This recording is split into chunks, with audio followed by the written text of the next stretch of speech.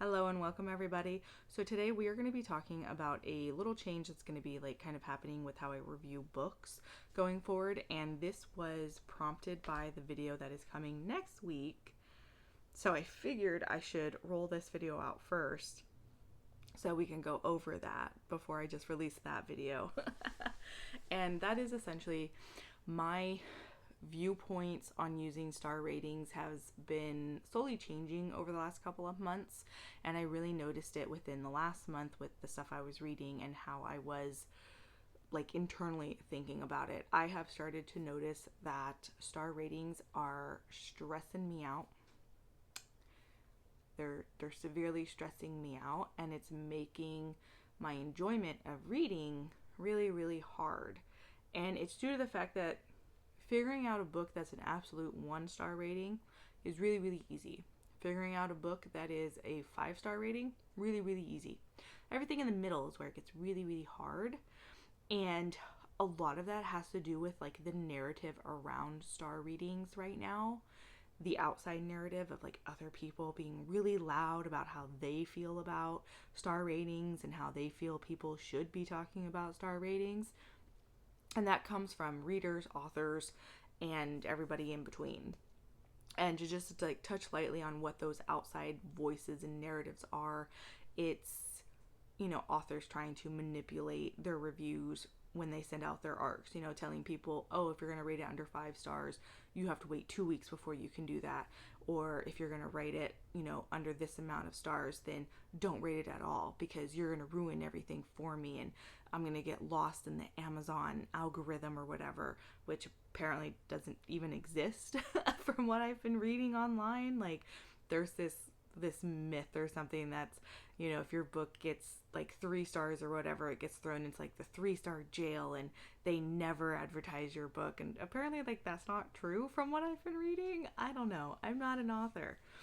But there's that narrative, and then there is the narrative once again from authors where it's, if you give anything other than 5 stars, you're a mean, horrible person. And that, because I have seen so many instances where authors have been like, I got a 4-star review on my book. How dare you hate it? 4 is good, babe. 4 is still good. That's a high number. Like, what are we doing?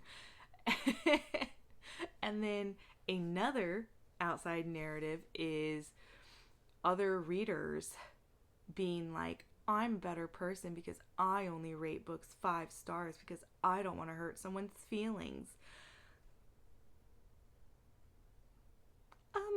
That doesn't make you better than anybody.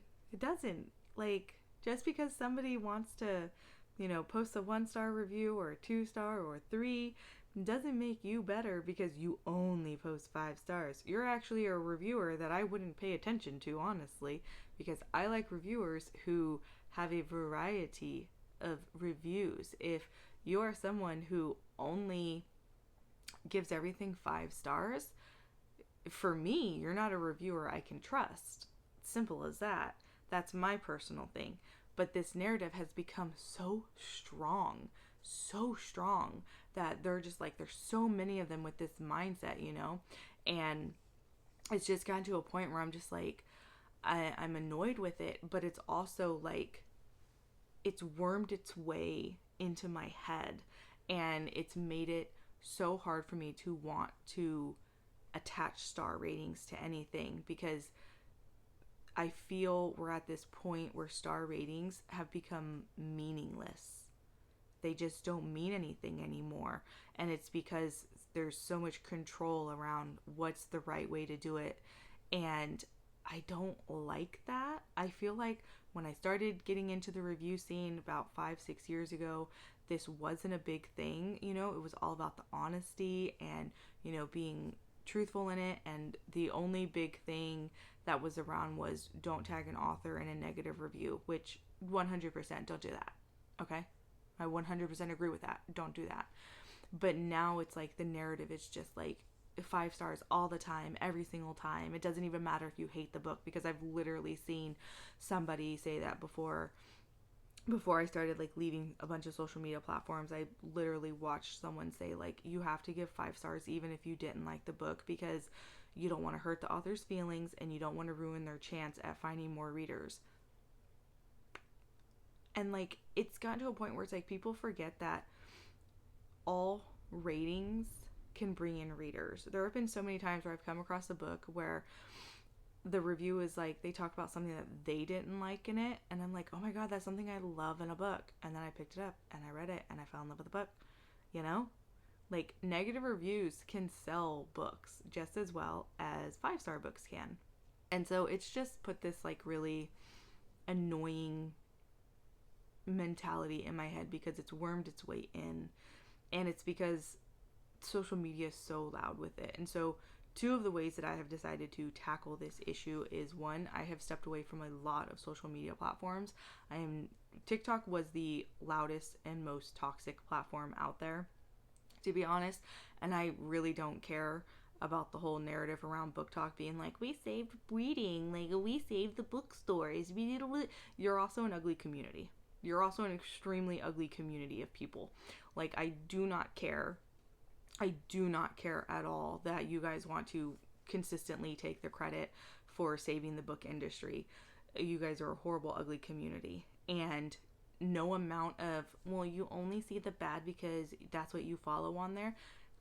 Do you know how many times on that freaking platform I attempted to reset my algorithm to not see all the toxic book drama, only for the algorithm to turn around and feed it right back to me? And why did it do that? Because it was popular, okay? That's how algorithms work, unfortunately. It doesn't matter how much I try to control what I'm seeing on that platform, it would still continue to feed me the drama every single time. And I got to a point where I just got fed up with it. I got sick and tired of seeing it all the time, because it genuinely just kind of like ruins your interest in reading. It really does. From controlling how people can review books, to controlling what type of books people can read, to, you know, judging people for reading books by certain authors. Like, it gets to a point where you're just like, do you guys read, or do you guys just get on here as a way to just try and control people? Like, I don't even know anymore. And so there was that whole thing. So I'm no longer on TikTok. I deleted all my videos. I deleted the platform itself and the account. Like, I don't have that anymore. I left the Twitter platform a very long time ago. I still had a Blue Sky account, and I recently went on there just to kind of see what the environment's like, and I immediately got right back off because they're no better anymore. And then Threads, I left a long time ago because, whoo boy, did that one take the cake for being a toxic environment. Like, at this point, pretty much the only social media I have is Instagram. And that's just because it's so much easier to just pay attention to the pictures than it is the captions and anything. So that's going to help a ton, not being involved in the social media aspect of the book world. It's just, it sucks because like I want to meet other readers, but not if it's at the expense of like my own mental health, because every book community on these other social media platforms are just filled with the most grossest toxic people possible. So a lot of that is what geared me towards moving away from using a star rating system. Like I said, it's not 100% moving away from it, because there are times when I read a book and I'm just like, that's a 1 star, period. You know, there's no question about it. And then there's other times where I'm like, that's an absolute 5 star. But then a lot of books I read, I'm just kind of like, I don't know what to rate this as.